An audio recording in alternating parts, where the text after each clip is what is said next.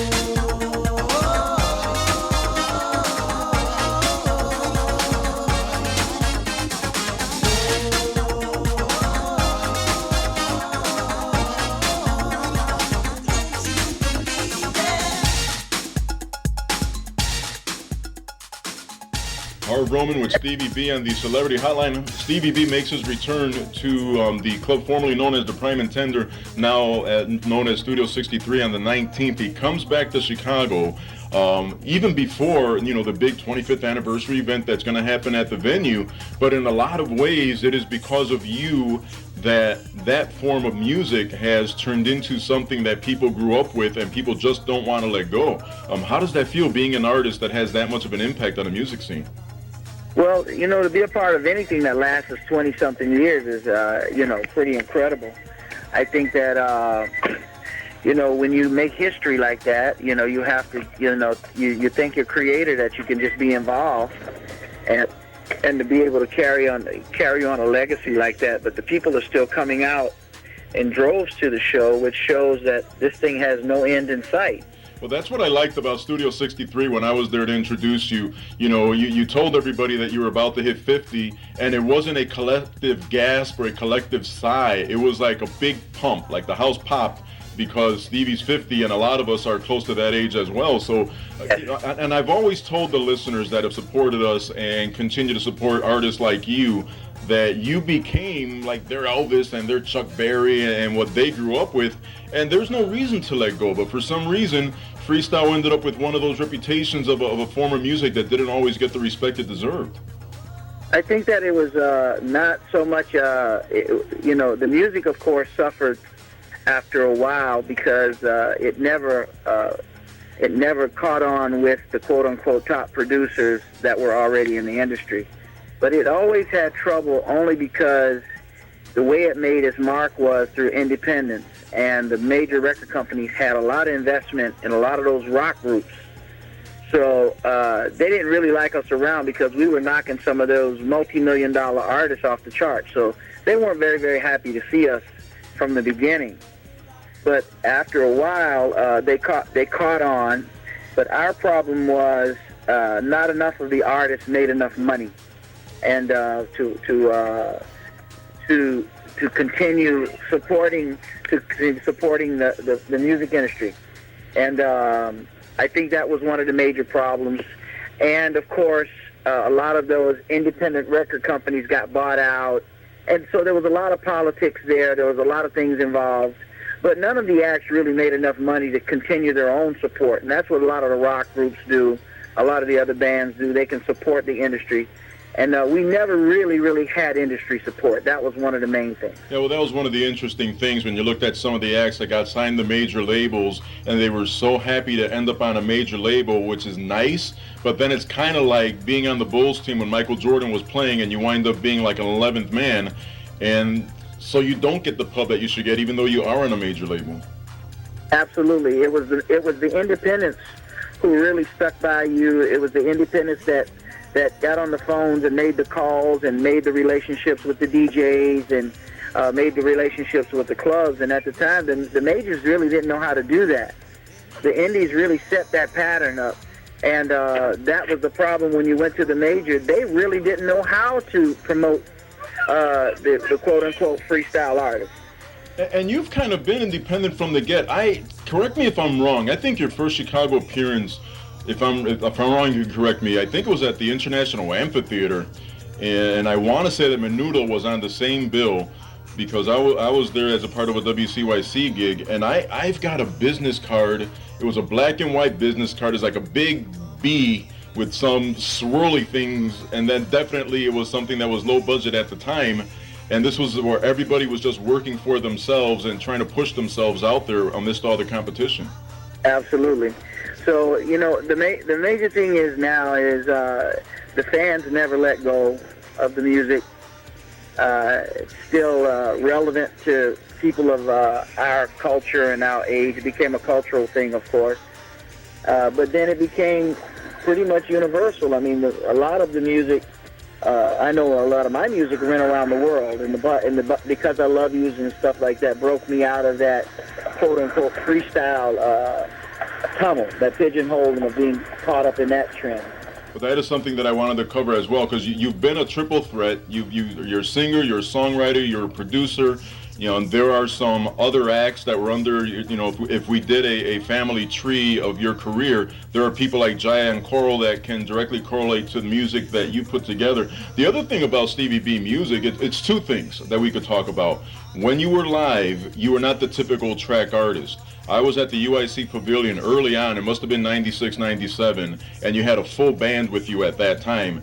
And then your videos were not cheesy. There was investment in those videos. If anybody goes on YouTube and look at a Stevie B video, you can tell that there was a lot invested in that. And then the music was substantial as well. It wasn't just a one-trick pony. Like you said, you crossed over and you said some huge ballads. You hit #1 on Billboard. That was unheard of when it came to an act that was tied to freestyle. No doubt about it. So those acts that were trying, I mean, you're talking about Cover Girls did good with theirs. Expose, of course, did very, very well. Timmy T had the ballad. So there were a few of us that could really break the charts. But, you know, it's not just about that. You have to continue. And one of the things you were talking about, establishing yourself as a performing artist or as a band and being a legitimate person or artist that can sell hard tickets. That's what the promotion, that's what the stations, that's what everybody looks for when you're looking down at the business parts of it. So there was various revenue streams that you had to satisfy. And I think that a lot of the artists came up short, but a lot of them did well on the track dates. But I established myself as a band early on, and that's what I think keeps me going even today, that I established myself as a performing artist, not just a guy that had a record on the radio. Well, that's what I remember the most about the UIC Pavilion. There was live percussions, there was horns, and there was strings, and then there was you. So it wasn't one guy in a microphone and then you nod to the DJ. It was an actual show, a performance, a concert, and that's one of the things that you really need to do to be considered legitimate. Otherwise, people might look at you as somebody who's just singing the tracks, which is, you know, it has its merits, but then you may not be considered a full performer.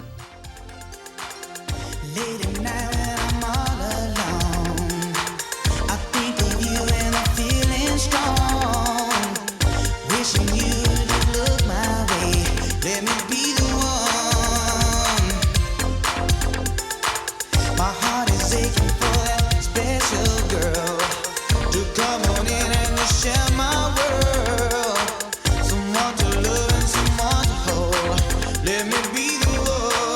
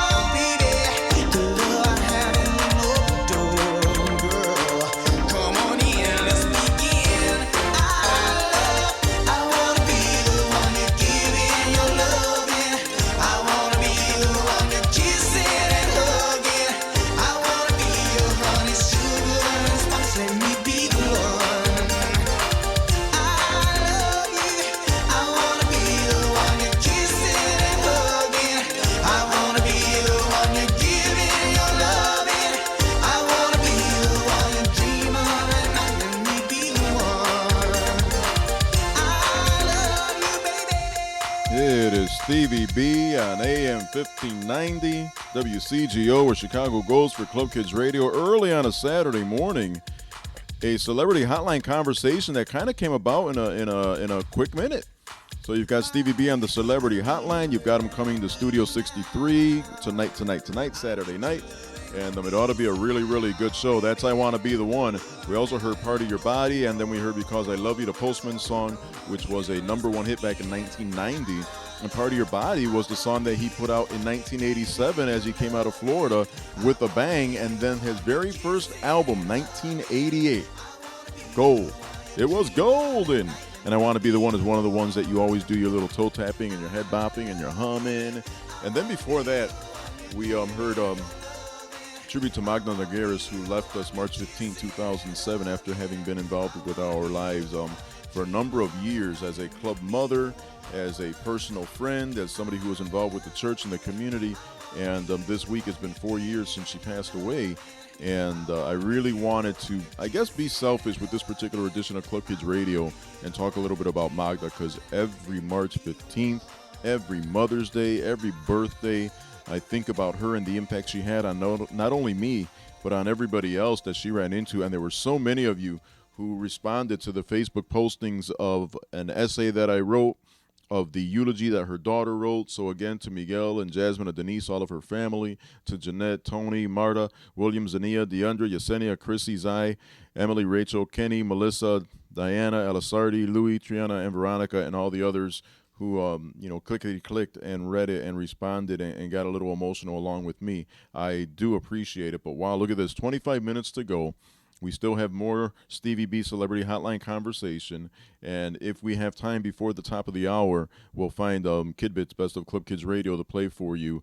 And then hopefully this coming Saturday, we'll have an all-new edition of Club Kids Radio that will feature kids live, and you'll be able to listen to them and respond to them, even if it's 6 in the morning. It's a good reason to get up, I think. Alex Rodriguez of the New York Yankees talks about the Boys and Girls Clubs.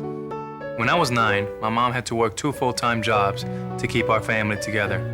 She didn't get home till 11. The streets were there, but for my sake, so was the Boys and Girls Club. The Boys and Girls Club is a positive place for kids to go every day after school, to do homework, make friends, and play ball. Eddie Rodriguez ran the Boys and Girls Club in my neighborhood, and he still does today.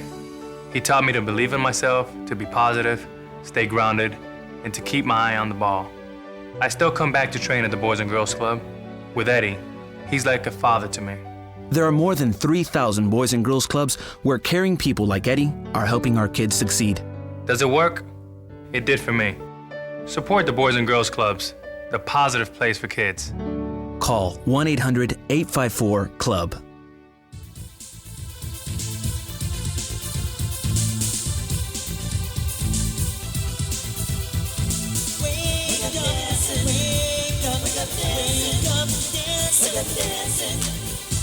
Wake up, wake up, dancing, wake up, dancing. Harv Roman's gonna make you dance. Wake up, dancing, wake up, dancing. Wake up, Harv Roman's gonna make you dance. That's me. 1590 AM, WCGO, where Chicago goes for Club Kids Radio. I'm Harv Roman. It is Saturday morning. You're listening to Club Kids Radio. And if you happen to miss any of this particular edition of Club Kids Radio or past editions of Club Kids Radio, go to www.wakeupdancing.com and clickety-click and do some searching, and then you'll be able to figure out what we've been up to right here at Club Kids Radio. It is for kids, it is for community, it is for their culture, it is for the benefit of you, the listener, and also them, because the youth are important when it comes to their thoughts and things that they think about, which is about the same thing. So it's kind of redundant, isn't it? And this coming Saturday, we'll have an all-new edition of Club Kids Radio. We're going to tape at a local restaurant, an all-new edition of Club Kids Radio, which is going to be pretty neat, and then you'll hear it at 6 in the morning on Saturday. Words and Music, Celebrity Hotline Conversation continues with Stevie B right here on AM 1590, WCGO, where Chicago goes for Club Kids Radio.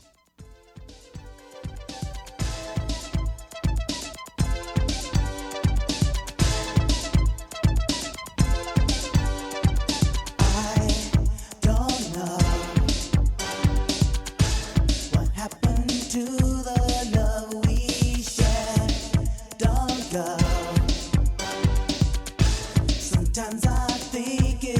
just not fair.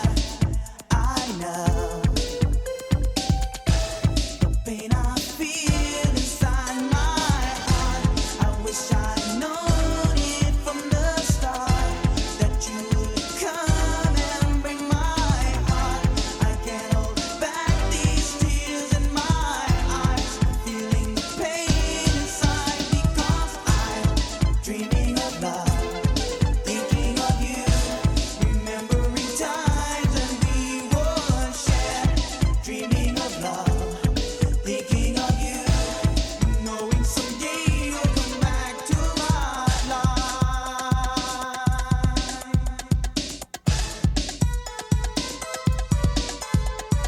I try to love, but it just don't feel the same. I love once in a lifetime. I'll take the blame. God above, hear my prayer, bring us back to me. I wish I'd known you from the start that you would come and bring my heart. I can't hold back these tears in my eyes, feeling the pain inside because I'm dreaming of, I'm dreaming of. There was live percussions, there was horns, and there was strings, and then there was you. So it wasn't one guy in a microphone and then you nod to the DJ. It was an actual show, a performance, a concert, and that's one of the things that you really need to do to be considered legitimate. Otherwise, people might look at you as somebody who's just singing the tracks, which is, you know, it has its merits, but then you may not be considered a full performer. No doubt about it. I mean, there was a need for the track shows. Not every venue. I mean, those track shows created revenues for a lot of people. It didn't put a stress on the clubs. Didn't put stress on any of the promoters where they had to pay for all those big bands and travel. So it, you know, the electronics created that environment for us, and it wasn't a bad environment, especially if you weren't lip syncing. But if you were going to try to compete with the quote-unquote rock bands or legitimate artists, you definitely would have had to invest in a band and in all of the costs that go along with it. So there were pains even in that. But once you crossed over and you got the promoters to believe that you were legitimate, and they began to pay those costs, and of course you have to back it up by drawing tickets, and then you got to come the first time, and then you got to try to do it the second, third, fourth, and fifth time. So there were a lot of elements there, and there were a lot of people helping, like radio stations, DJs like yourself, and legitimizing us. And this is what caused us to have, you know, this career going into, you know, a third decade now.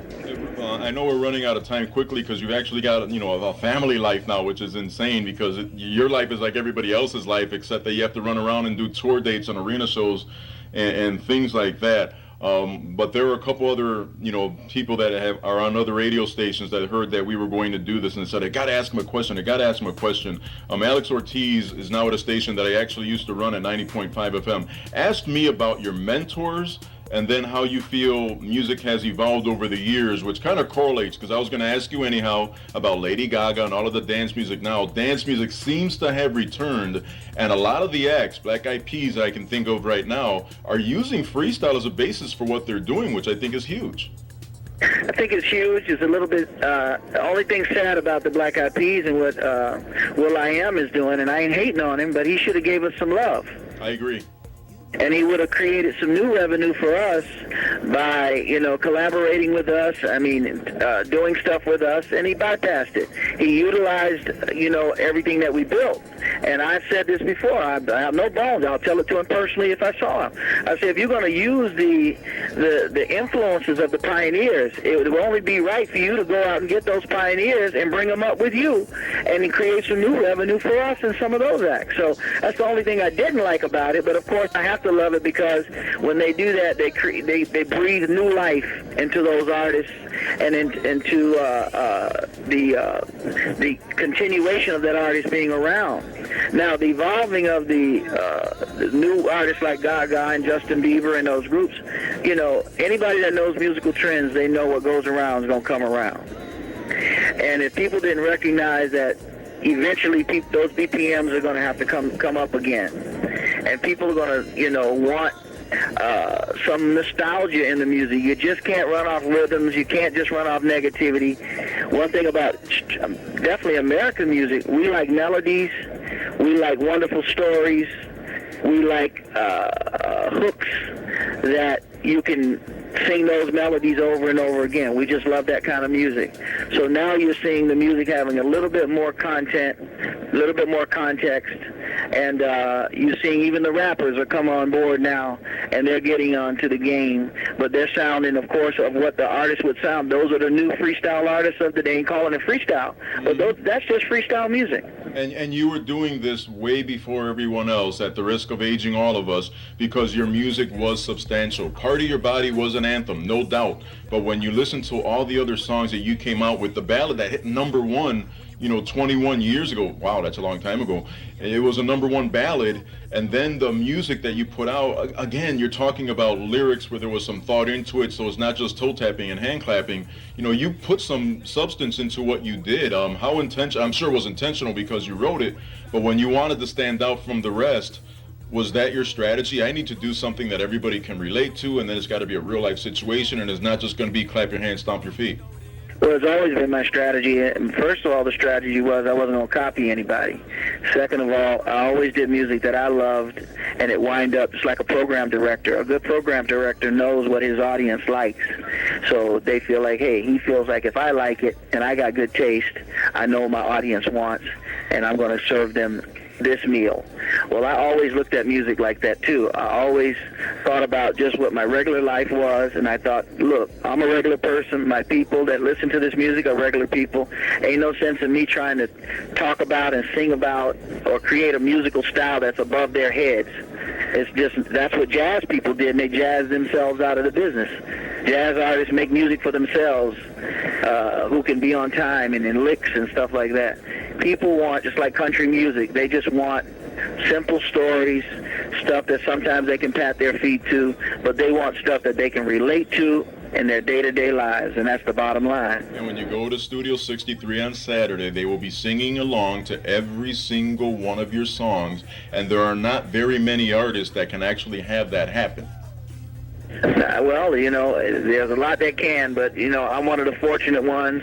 When I do show up to Studio 63 and all of those, it's all over the world. We just did a show at Mohegan Sun in Connecticut where 8,000 people showed up. And, you got an artist like Stevie B that's closing a show with MC Hammer, Rakim, Lisa, all some of the top groups. But a guy like Stevie B can be the headliner. Hey, that's historical. That's fantastic. Absolutely. We're almost done. So about 20 years after your debut LP goes gold, you and Pitbull connected, which is great because a lot of the fans of Pitbull were introduced to a song that maybe they wouldn't have heard of. How is it that you've managed to collaborate with people like Pitbull and the Chili Guy, artists that are like new school artists when you're considered like a classic school artist? First, Pitbull grew up in Miami. That's my hometown. So he grew up on a strict diet of Stevie B on Power 96 down there. So when he did get his chance, he reached out to me and said he wanted to do Spring Love. And he said, I've been a fan since I was a little boy. So he reached out, and, it took us almost a year and a half, 2 years to make it happen. But eventually we made it happen. And basically the answer is he was a Stevie B fan. With Stevie B, the originator, Pitbull, the innovator. It's for the spring breakers out there in Cancun, Cabo, Rosarita Beach, Daytona Beach, Panama City. So this dedicated to y'all, you know it is. Go ahead and enjoy them. Spring break, spring love. Stevie B, holla at them. I remember when we first started, you came to me and you were broken hearted. I took you in and wiped all your tears away. I gave you loving more than any other gave. Don't you know I'm the one and I love you, girl. I don't care what they say, you know you are my world. Come back home to the one who loves you more and more. Soon you see that it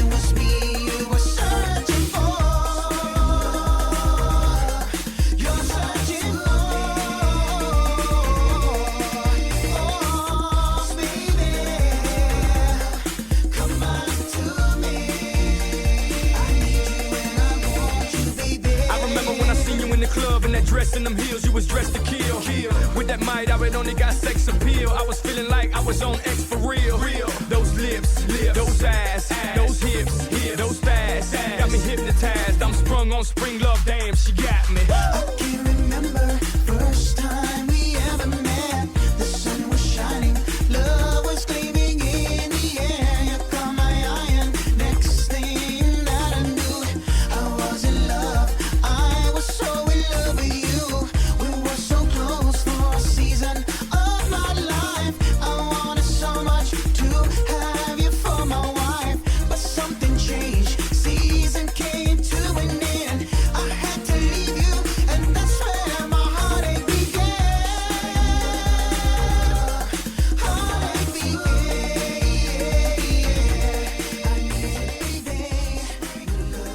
That is huge too, because I'd be willing to bet when you're at the Mohegan Sun, when you're at Studio 63, when you're at all these places that you go, because you travel worldwide, it is hard for you to get away from the fans because they all want to come up to you and tell you stories about the impact that your music has had on them. One of the things that I seriously remember was listening to Casey Kasem's Countdown, and when the Postman song came out and it was on Casey Kasem, you know, if Casey Kasem introduced you, you were huge. And I heard this, I'm like, wait a minute, I know that guy. And that's one of those things that happens, and maybe sometimes it goes away and you forget about it, but I never forgot that Casey Kasem was introducing your song on American's Top 40. How did that feel for you? Of course, it's big. I mean, when Casey introduced you, you know, that's like the Rick D's, and that's like any of those big rock shows. Anybody with the clout that these guys had, they were going to legitimize you. So when a Casey Kasem is introducing you, American Bandstand, all these kinds of stuff, Donnie Kirshner's rock concert, all those legitimate names, it's sort of like when they bless you, you're truly blessed.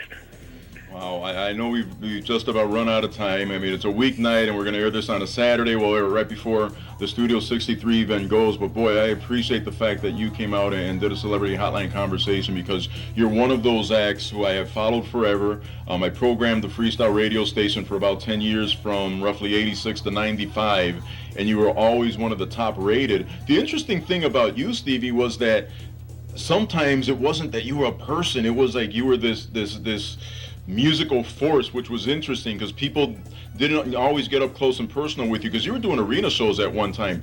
Now it gets a little more intimate. What is it like to interact with the fans of Chicago? How has Chicago reacted to you throughout the years? Always fantastic. We're still doing arena shows. I just did an arena show last week.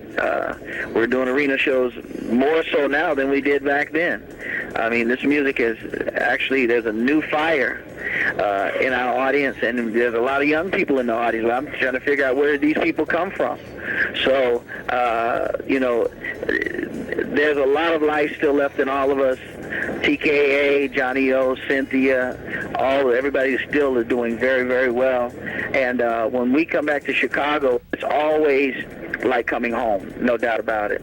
Well, I can't wait to see you again on Saturday. I expect to be there. The last time you were here, we celebrated your birthday. We also kind of celebrated the temporary reconnected of me and my son's mother, who left me long ago, but she was with me one day only in order to go see Stevie B, because she grew up on your music as well. And we wound up snapping a picture with you, and then she lost the phone. But that's another one of those stories that you can add to your list of Stevie B stories. No doubt about it. Well, I appreciate it, and I'll be there this weekend, and I know we're going to have a wonderful time. I appreciate it. Great Celebrity Hotline conversation, and thanks for your time. I know you're busy. Thank you, sir. Appreciate it. Ladies and gentlemen, the words and the music of Stevie B. Thanks again.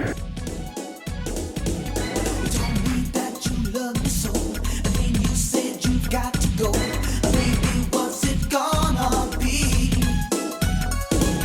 You told me that you were gonna stay, and then you up and went away. Why you wanna be so mean? All I need is some love and emotion. It's the only thing that turns me on.